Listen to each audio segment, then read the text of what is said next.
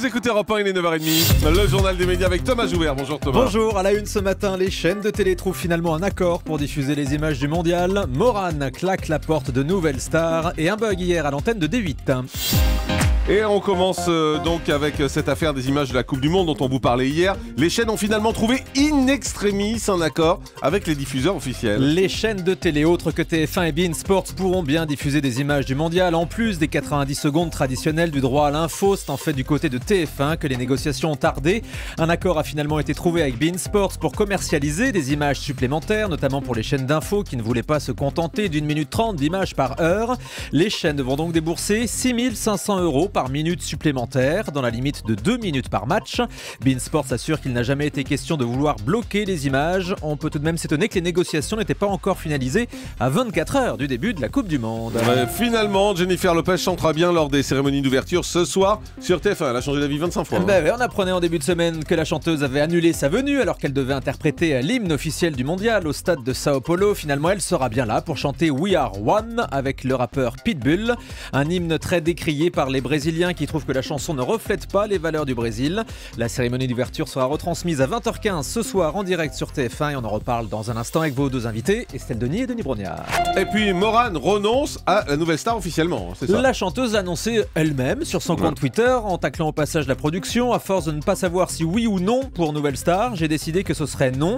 Elle ajoute dans d'autres tweets qu'elle s'est bien amusée pendant 2 ans mais que là c'est bon, c'est sûr, je n'y tiens plus. À part André Manoukian, la production et D8 ça n'avait confirmé aucun juré. Donc et elle dit non alors qu'elle n'était pas confirmée. C'est ça, et on annonçait Morane sur le départ voilà. depuis la fin de la saison dernière. Et on sait maintenant que la chanteuse Élodie Frégé devrait rejoindre le jury. D8 d'ailleurs, qui diffuse la nouvelle star et qui a connu un gros bug hier après-midi sur son antenne. Un peu avant 16h, les téléspectateurs qui regardaient tranquillement Femmes de loi ont vu leur série s'interrompre à la place des clips qui étaient diffusés au même moment sur D17. Les deux chaînes partagent la même régie finale. Le bug s'est reproduit à 16h06. Après 3 minutes d'attente, les téléspectateurs ont fini par retrouver leur série policière. Oui, D8 qui m'a expliqué d'ailleurs que le bug technique venait de TDF. Ce serait une erreur technique lors d'une intervention de TDF sur ses équipements de diffusion. Voilà ce qui s'est passé. Vous avez compris ? Oui, c'est très précis, oui. D'accord. Information exclusive. Natacha Polony est bien en discussion pour rejoindre le Grand Journal de Canal à la rentrée. La journaliste a eu rendez-vous la semaine dernière avec la production du Grand Journal. Elle devrait donc bien rejoindre l'émission à la rentrée. Catherine Barma, la productrice d'On n'est pas couché, était notre invitée hier matin. Elle a aussi semblé confirmer à cette hypothèse en expliquant que Natacha Polony n'aurait pas le même temps de parole au Grand Journal que chez Laurent Ruquier. Voilà pour le petit tacle. Le Grand Journal qui sera toujours présenté par Antoine Decaune à la rentrée. Selon le site de l'Express, l'animateur a été reconduit pour une 2e saison. Et la remplaçante de Natacha Polony, dont On n'est pas couché, c'est-à-dire Léa Salamé, affirme avoir beaucoup hésité avant d'accepter. Léa Salamé, la journaliste d'ITélé, reconnaît avoir réfléchi pendant 3 semaines avant d'accepter la proposition de Laurent Ruquier. Elle s'en est expliquée hier soir sur le plateau de Touche pas à mon poste sur D8. Une opportunité comme celle que Ruquier m'a proposée se présente une fois tous les 15 ans. Ils m'ont donné envie de faire un exercice que je ne connais pas, c'est-à-dire de ne pas être arbitre, de donner mon avis. Je me suis interrogée, je me suis demandé quelle est ma légitimité à dire à un écrivain qui a passé 2 ans à écrire son livre « J'aime pas ton livre ou t'écris mal ». Qu'est-ce que je suis moi pour dire ça? Je me suis interrogée sur cette question-là. Et puis après, je me suis dit, en fait, si eux me font confiance et eux, ils étaient assez sûrs, peut-être qu'il y a quelque chose à faire et j'ai eu envie. Voilà, elle a eu envie et elle a dit oui. Jean-Marie Le Pen demande à sa fille le retour de son blog sur le site du Front National. Suite à la vidéo où il attaquait Patrick Bruel, Guy Bedos et Yannick Noah avec des propos choquants, le Front National a décidé de retirer cette vidéo et de fermer le blog que tenait Jean-Marie Le Pen. Le président d'honneur du FN a annoncé hier qu'il allait faire une lettre à sa fille pour demander le retour de son blog sur le site du Front National, compte tenu, je cite, de son innocence totale. France 2 va rendre hommage à Louis de Funès le 29 juin prochain. Louis de Funès qui aura eu 100 ans cette année. À cette occasion, France 2 rediffusera les aventures de Rabbi Jacob à 20h45. C'est bien en même temps. C'est un classique, suivi de l'émission de Laurent Delahousse, Un jour un destin, consacré aux comédiens. Oui, je l'ai vu déjà. Ouais, ce sera également une rediffusion. Ah oui, c'est une rediff, c'est pour ça. C'était passé en prime, je crois. Ah non, peut-être en deuxième partie de soirée, je sais plus.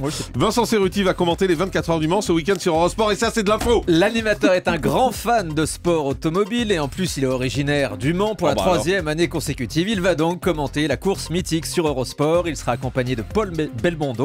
Le départ de la course qui sera donné samedi à 15h. Et puis une spéciale foot de nos chers voisins en prime. Time sur TF1. Ce sera le vendredi 4 juillet, en plein pendant le mondial. De nombreuses personnalités du foot vont venir faire une apparition dans la série, comme Luis Fernandez, Franck Leboeuf ou Pierre Ménès.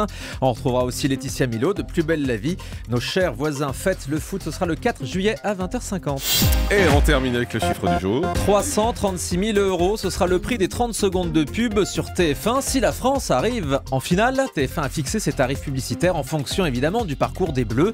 Selon le Figaro Économie, la une pourrait toucher entre 43 et 55 millions de recettes pendant ce mondial. Et puis nouveauté pour cette Coupe du Monde, certains matchs auront des micro-coupures de 30 secondes au milieu de la première et de la seconde mi-temps. C'est une règle de la FIFA pour que les joueurs puissent se désaltérer parce qu'il va faire chaud. Et du coup, ça laissera le temps d'un spot publicitaire de 30 secondes. Si, il y a 6 matchs qui sont concernés comme ça. Il y aura donc une micro-coupure de pub au milieu de chaque mi-temps. Incroyable. Merci beaucoup Thomas Joubert. Dans un instant, le télérépondeur. Et puis, on ira justement au Brésil rejoindre Cyril de la Morinerie qui va nous parler des coulisses du travail des journalistes. Et vous allez voir, c'est Patrice ce qui se passe du côté du mondial. Reste avec nous, c'est Europe 1. À tout de suite.